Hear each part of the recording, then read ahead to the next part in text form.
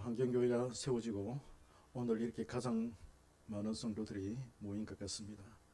사랑하고 축복합니다. 인간은 쉼이 필요한 존재입니다. 일을 한 후에는 쉬어야 하지요. 쉬지 않으면 계속해서 일을 할 수가 없습니다. 그래서 여름 휴가철이 되면은 국내 여행지나 또 해외 여행지나 또 시골에는 사람들이 북적거리게 됩니다. 하루에 낮 동안에는 열심히 일을 하고 또 저녁에는 집에서 쉬어야 합니다. 1년을 열심히 일을 하고 또 여름 휴가철에 쉼을 누려야 하지요. 그래야 다음 1년을 또 일을 하면서 살아낼 수가 있습니다. 일평생 일을 하다가 또 정년을 맞이하여 은퇴한 뒤에 인생을 즐기며 쉬는 것이야말로 복된 것이라 할 수 있겠습니다. 그래서 십계명에도 안식일을 기억하여 거룩하게 지키라고 말하고 있습니다. 일하고 난 뒤에는 반드시 쉼이 있어야 할 것을 말하고 있지요. 강영한 교수는 이 쉼이라는 말을 어렵게 말을 해서 긍정도 아니고 부정도 아닌 그 어떤 상태라고 그렇게 말했습니다. 일하는 것도 아니고 그렇다고 노는 것도 아닌 그 어떤 상태가 바로 쉼을 얻는 시간이다라고 말했습니다. 쉰다고 해서 그냥 마냥 아무것도 하지 않는 것이 아니라는 것이죠. 자신을 더욱더 새롭게 할 수 있는 무엇인가가 바로 이 쉰다는 것에 해당이 된다는 거예요. 그래서 강 교수는 사람이 쉴 때 가장 중요한 것이 바로 하나님께 예배를 드리는 것이며 성경을 깊게 묵상할 뿐만 아니라 다른 사람과 커피를 마시며 교제하는 것이라고 그렇게 쉼에 대해서 정의를 내리고 있습니다. 성경은 쉼으로 가득한 책입니다. 주님께서 수고하고 무거운 짐진 자들아 다 내게로 오라 내가 너희를 쉬게 하리라 그렇게 말씀하지 않았습니까? 성경에는 창세기부터 요한계시록까지 여러 주제가 서로 얽히고 설켜서 거대한 은하수처럼 그렇게 흘러가고 있습니다. 예수 그리스도라는 중요한 주제가 처음부터 끝까지 흐르고 있지요. 또 언약이라는 주제도 그렇고 은혜나 사랑이나 십자가나 이런 우리가 생각하는 기독교의 그 중요한 기억 교리들 그것들이 얽히고 설켜서 은하수처럼 흘러가고 있다는 거예요. 오늘 우리가 다루는 이 안식이라는 주제도 그렇습니다. 창세기가 안식으로 시작해서 요한계시록에서 안식으로 끝마쳐집니다. 쉼을 포함하고 있는 안식은 그만큼 중요하다는 것을 알 수가 있어요. 결국 우리가 죽어 천국에 들어가는 것도 안식에 들어가는 것과 같은 말입니다. 오늘 본문에서도 안식을 말하고 있습니다. 여호수아의 전체 주제 중에 하나라고 할 수가 있어요. 여호수아는 정쟁으로 시작을 하였지만은 결국에는 정복한 땅에서 안식을 누리는 것으로 끝이 납니다. 영적 전쟁으로 이루어진 일생의 그 마지막이 안식임을 말해주고 있어요. 여호수아와 함께 이스라엘은 열심히 전쟁을 하였습니다. 싸우기만 하면 그들은 이겼습니다. 하나님께서 함께 하셨고 땅을 차지하는 것이 하나님의 뜻이었습니다. 여호수아는 정복한 모든 땅을 이스라엘의 지파들에게 분배하였습니다. 특별히 가족별로 분배를 하였습니다. 안식에 있어서 꼭 필요한 것이 땅입니다. 땅이 없으면 안식이 될 수가 없지요. 그것도 자기 땅이 아니면 안식이 아니에요. 소작농으로는 안식을 누리기가 쉽지가 않습니다. 언제 땅을 뺏길지 모르는 불안한 상황 속에서 안식이란 사치에 불과한 것이 되지요. 땅과 안식은 그래서 언제나 같이 갑니다. 이스라엘 백성들은 가나안 땅에 들어와서 정복한 뒤에 가족대로 땅을 분배를 받았습니다. 그것이 그들에게 기업이 되었습니다. 오늘 본문 44절에 여호와께서 안식을 주셨다라고 말하고 22장 4절에도 안식을 주셨다라고 말합니다. 23장 1절에서도 안식이라는 말 대신에 이스라엘을 쉬게 하신 지 오랜 후에라고 말하고 있어요. 모든 정복 전쟁을 치른 이후에 그들에게 안식이 주어졌습니다. 주변의 적들도 모두 정복을 당했기 때문에 이스라엘을 대항해서 싸움을 걸어올 기력이 남아있지 않았습니다. 적들로부터의 위협이 사라진 것이죠. 땅을 기업으로 받았기 때문에 그토록 바라던 안정된 삶을 살 수가 있었습니다. 그동안 한 곳에서 정착하지 못하고 광야를 배회해야 했고 가나안 땅에 입성하였어도 계속해서 전쟁을 치러야만 했습니다. 얼마나 피곤했겠습니까? 피곤이 생물학적으로 유전자화가 되어서 이스라엘 백성들의 혈통으로 아마 내려오고 있지 않았나, 그렇게 생각이 들 정도였습니다. 한창 정복 전쟁을 하다가 지쳐서 나중에는 아예 손을 놓고 있었지요. 그래서 여호수아 18장 3절에는 이렇게 말합니다. 너희가 너희 조상의 하나님 여호와께서 너희에게 주신 땅을 점령하러 가기를 어느 때까지 지체하겠느냐. 손을 놓고 있었다라는 것을 말하고 있죠. 이런 것을 보면 백성들이 전쟁으로 얼마나 지쳐 있는지를 알 수가 있습니다. 그러나 이제는 정복 전쟁까지 모두 마치고 드디어 그토록 바라던 안식이 찾아왔습니다. 하나님은 당신의 백성들에게 안식을 주시는 분이에요. 그동안 이스라엘은 엄청난 일들을 감당해냈습니다. 아무것도 없는 곳에서 야수들이 우글거리는 정글 같은 세상에서 하나님의 나라를 세우는 일을 해냈습니다. 얼마나 장하고 얼마나 귀하고 얼마나 영광스럽고 얼마나 보람된 일이었겠습니까? 그 큰 일들을 모든 치른 이후에 이제 안식이라는 달콤한 휴식을 취하게 되었습니다. 농사를 짓고 시집가고 장가를 가고 한 가족이 한 상에 둘러앉아서 음식을 먹으며 담소를 나누는 그런 행복을 누릴 수 있게 되었습니다. 하나님은 우리에게도 그런 안식을 주시지요. 열심히 주의 일을 행한 이후에 우리를 쉬게 하십니다. 쉼이 없다면 다음 일을 할 수가 없기 때문이죠. 그래서 쉼을 주시는 이유는 하나님께서 주시는 그런 영성을 이제 망각하지 말고 그 영성을 마음껏 누리고 그것을 버리지 말고 생활 속에서 그 영적인 것을 누리는 여유를 가지라는 거예요. 그래서 하나님께서 우리에게 안식을 주십니다. 그러나 우리의 이 안식은 영원하지가 않습니다. 우리가 현재 그리스도 안에서 안식을 누린다 하더라도 그것은 그림자에 불과합니다. 일시적인 것이에요. 영원히 누리는 안식은 새 하늘과 새 땅에서 이루어질 것입니다. 우리가 지금 죽어서 가는 곳에도 안식이 있습니다. 우리가 지금 죽어서 가는 곳을 우리는 낙원이라 그러지 않습니까? 그래서 낙원과 새 하늘과 새 땅은 약간 차이가 있습니다. 물론 질적인 면에 있어서는 같습니다만은, 그러나 새 하늘과 새 땅은 또 이 낙원과 차이가 있습니다. 이 낙원에도 안식을 누리는데 거기서도 안식은 일시적인 거예요. 그래서 성경은 우리의 죽음을 잔다, 쉰다라고 그렇게 표현을 합니다. 나중에 주님께서 재림하셔서 완성하실 새하늘과 새 땅에 들어갈 때까지는 영원하지 않다라는 거예요. 시간적으로 한계성을 가지고 있습니다. 이스라엘 백성들이 가나안 땅에서 받은 땅의 그 기업은 오늘날 우리들이 이 세계에서 받아 누리는 그 기업으로서의 기업이기도 합니다. 그리고 그것은 영원한 기업을 가리키기도 하지요. 이러한 기업은 천국에서의 성도가 받는 땅이기도 합니다. 육신을 지닌 인간은 변화된 몸으로 땅을 기업으로 받아서 천국에서 영원히 살게 될 것입니다. 그래서 우리 기독교는 육신을 굉장히 중요하게 생각합니다. 예수 그리스도도 예수 그리스도의 육신으로 오신 것을 부인하는 자마다 이단이라고 말하지 않습니까? 우리도 나중에 몸을 가지게 된다는 거예요. 우리가 죽어서 우리의 육신이 가루가 되어서 다 흩날려 없어진다 하더라도 주님께서 재림하실 때에는 우리의 몸이 다시 살아나서 영광스러운 몸, 신령한 몸으로 다시 살아나서 그 몸이 새 하늘과 새 땅으로 들어가서 영원히 살게 된다는 거예요. 그래서 땅과 우리의 이 육신은 우리 기독교에 있어서 매우 중요한 의미를 지니고 있습니다. 그런 의미에서 본다면 여호수아에서 나오는 이 땅의 분배는 우리에게 아주 의미심장합니다.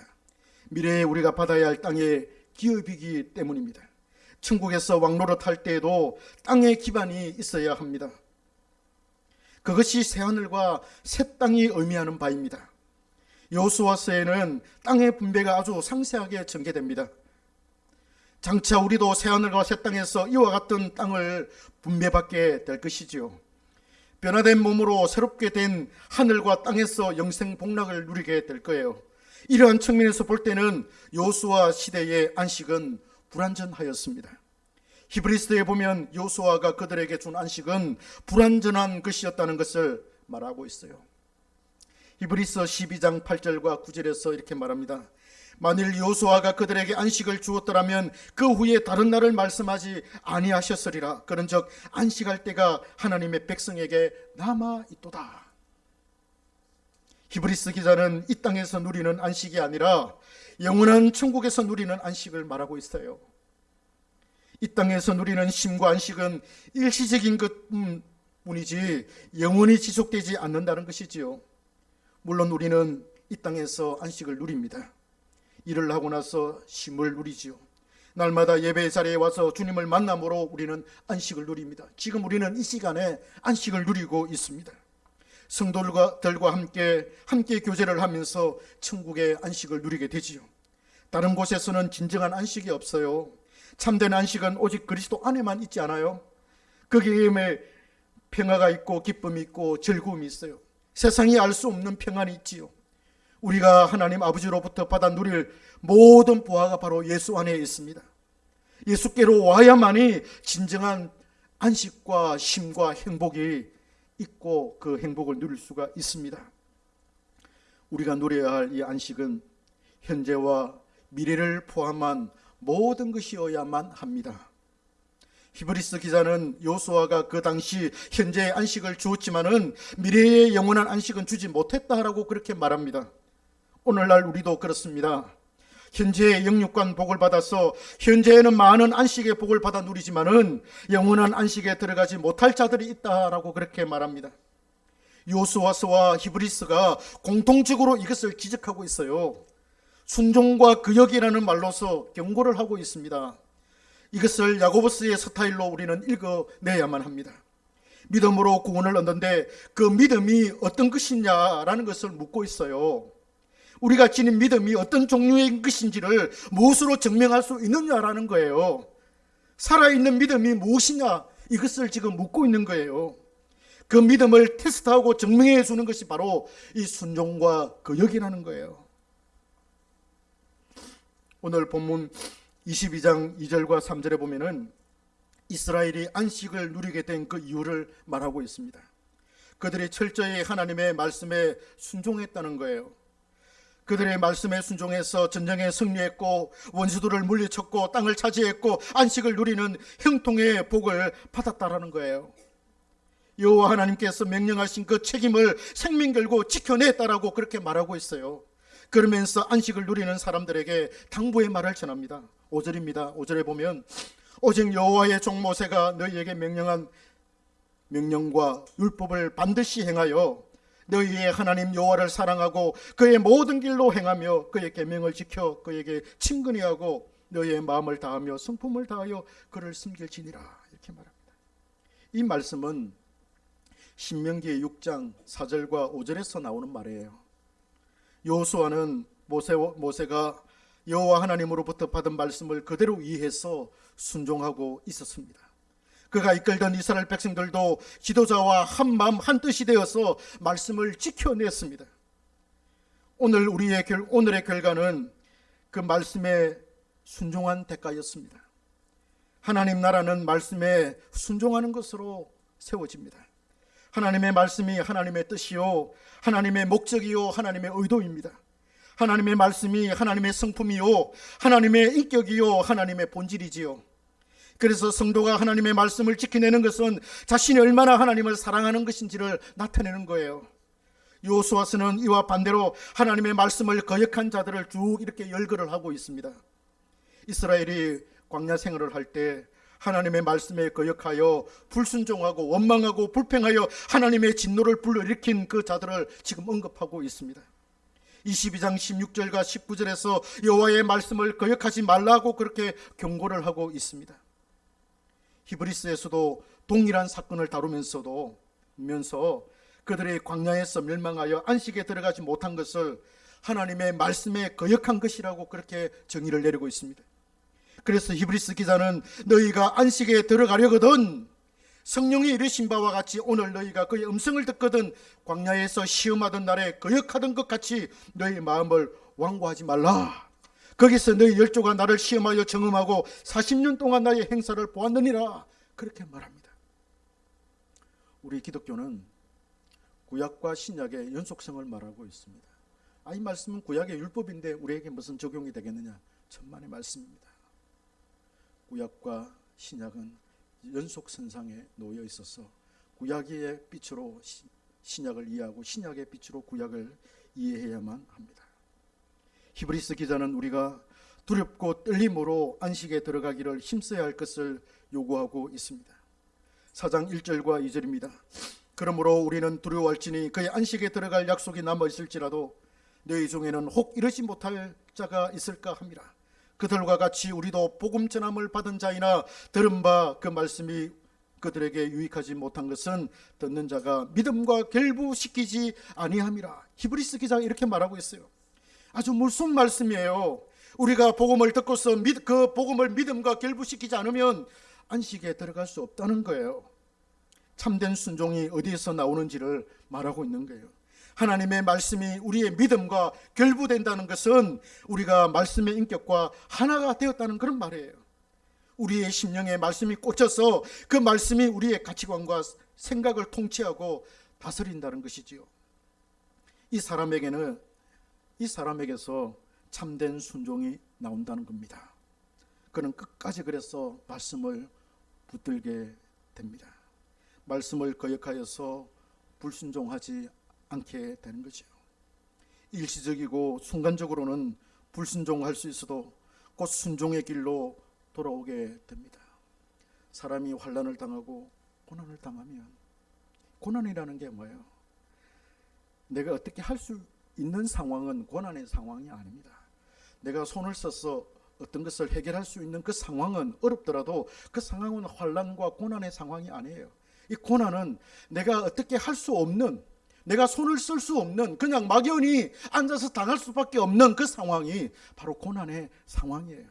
이런 고난의 상황 속에서 하나님의 말씀을 끝까지 붙들고 간직하고 지켜낸다는 것은 쉽지 않은 일이에요.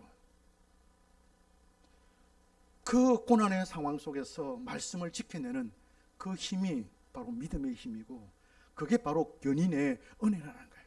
하나님이 견딜 수 있는 힘을 허락하여 주셔서 끝까지 그 고난을 견뎌낼 수 있도록 해주신다는 거예요. 이 믿음에서 나오는 그 행위가 진정한 순종이라는 거예요. 그래서 말씀을 우리가 어떻게 받아들이는가 하는 것이 관건이 될 수가 있습니다. 말씀을 생명으로 여기는가, 이게 달려있어요.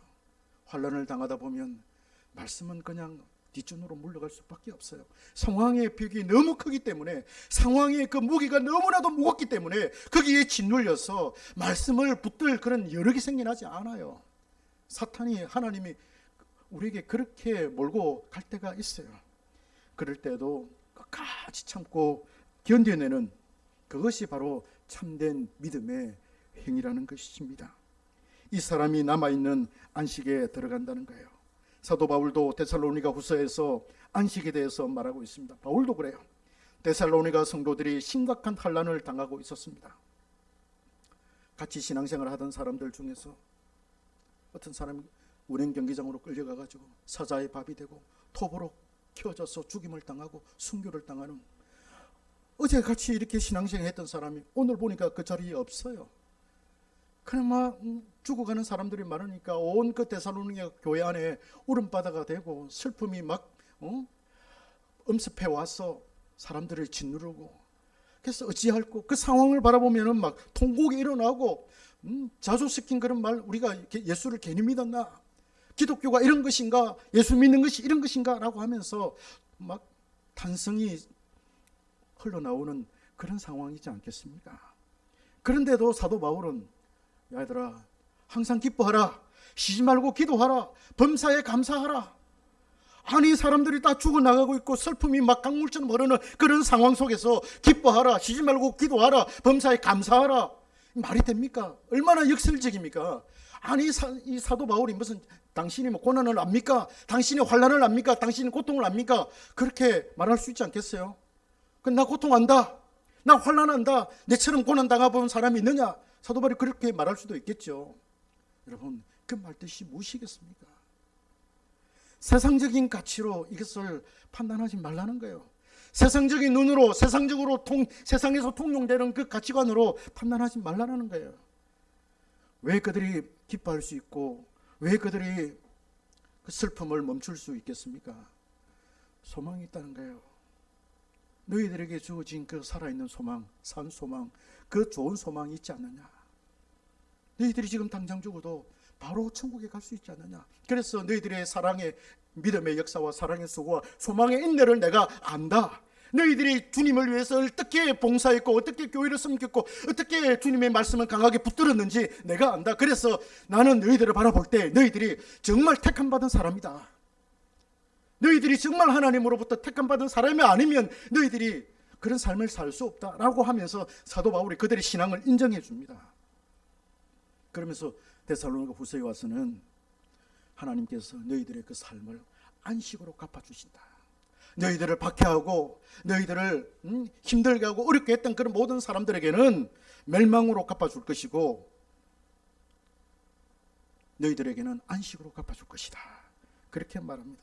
데살로니가 전서 1장 7절과 8절과 9절에서 말합니다. 제가 빨리 읽어드리겠습니다.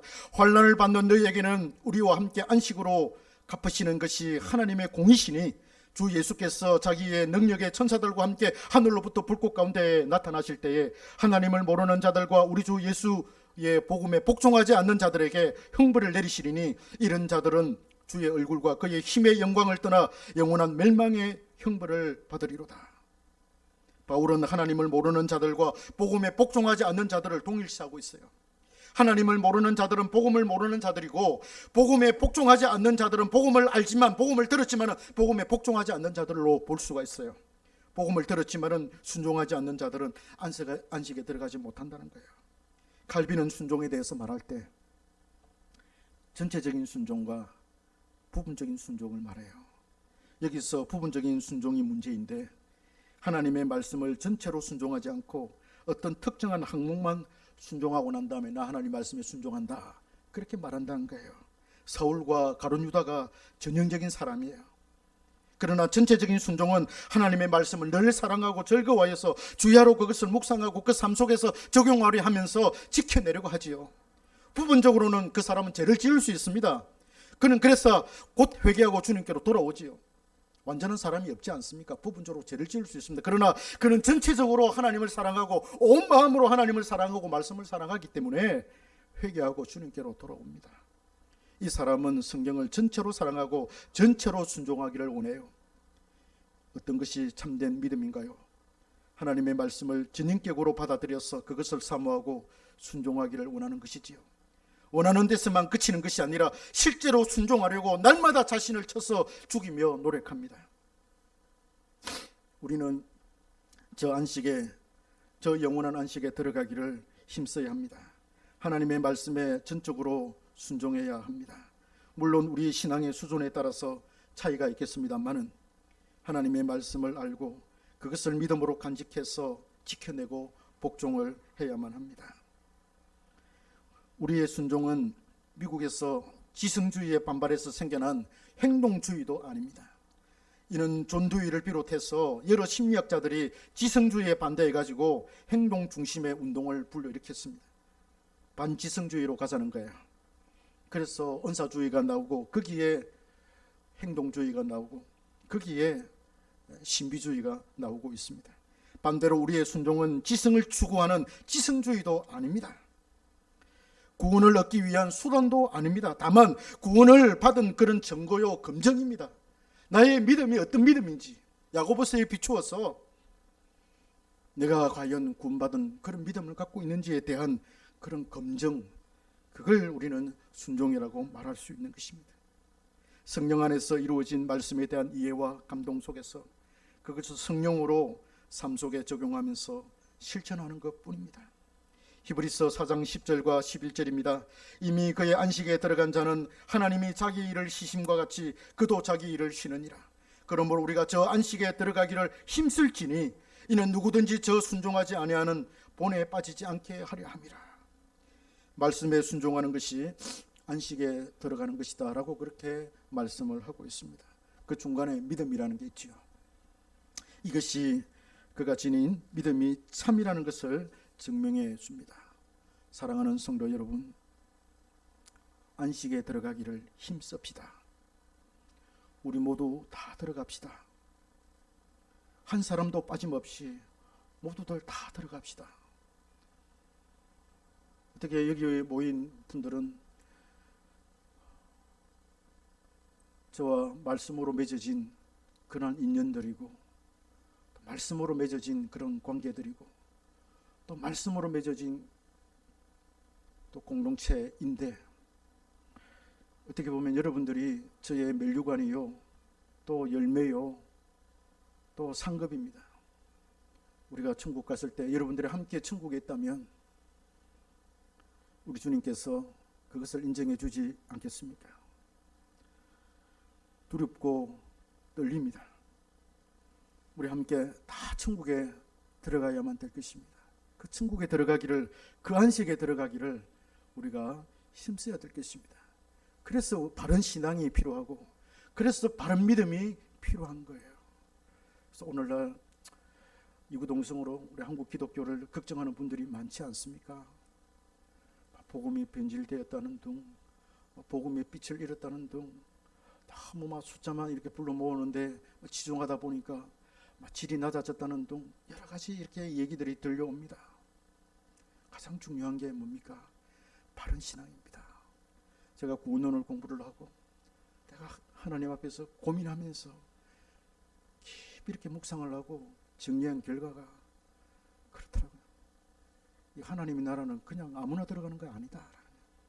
아무나 야 믿어라, 믿겠다 해서 그렇게 들어가는 게 아니라는 거예요. 구약의 레위기를 한번 보십시오. 하나님이 그 죄를 처리하는 그 방식이 얼마나 복잡하고 얼마나 깐깐하고 얼마나 세밀하고 그런 줄 아십니까? 한번 읽어보십시오. 죄를 이 처리하는 그 과정들이 너무 복잡하고 정말 까다로워요. 가뜩 잘못하면은 막 불도 잘못 들이면 나답과 아비후 막 죽고 그렇지 않습니까? 예수 그리스도께서 우리를 위하여 오셨는데 그냥 오신 것이 아니라는 거예요. 예수 그리스도로 말미암아 그 모든 구약의 법들이 다 성취가 되어졌는데 그 예수 그리스도 안에는 이런 모든 것들이 다 포함이 되어져 있다는, 그냥 얻은 우리 구원이 아니라는 거예요. 그냥 우리가 얻은 그냥 제사함이 아니라는 거예요. 우리가 이 중요성을 알고 깊이 우리가 깨닫고 두렵고 떨림으로 우리가 구원을 이루어갈 때, 바른 신앙을 가지고 구원을 이루어갈 때 안식에 들어갈 줄 믿습니다. 우리 한경교회에 속해 있고 우리가 여기에 관련되어 있는 모든 분들 다 같이 우리 안식에 들어가서 거기서 영원한 복락을 누리기를 주님의 이름으로 축복합니다. 아멘. 하나님 아버지, 은혜를 감사합니다. 둔한 입술로 전한 이 말씀이 땅에 떨어지지 않게 하시고 여기 모인 회중들의 심령에 잘 아로새겨져서 두렵고 떨림으로 우리의 구원을 이루어가고 저 영원한 안식에 들어가기를 힘쓰는 그런 성도들로 자리매김할 수 있도록 인도하여 주시옵소서. 여기에 모인 하나님의 이 지체들, 하나님의 이 백성들이 자기의 삶의 그 처소에서 빛으로 환히 드러나게 하시고 무엇이 가장 올바른 신앙이며 무엇이 가장 바람직한 그런 신앙의 길인지를 이들을 통해서 하나님 드러내 보여주시옵소서. 예수님의 이름으로 기도하옵나이다.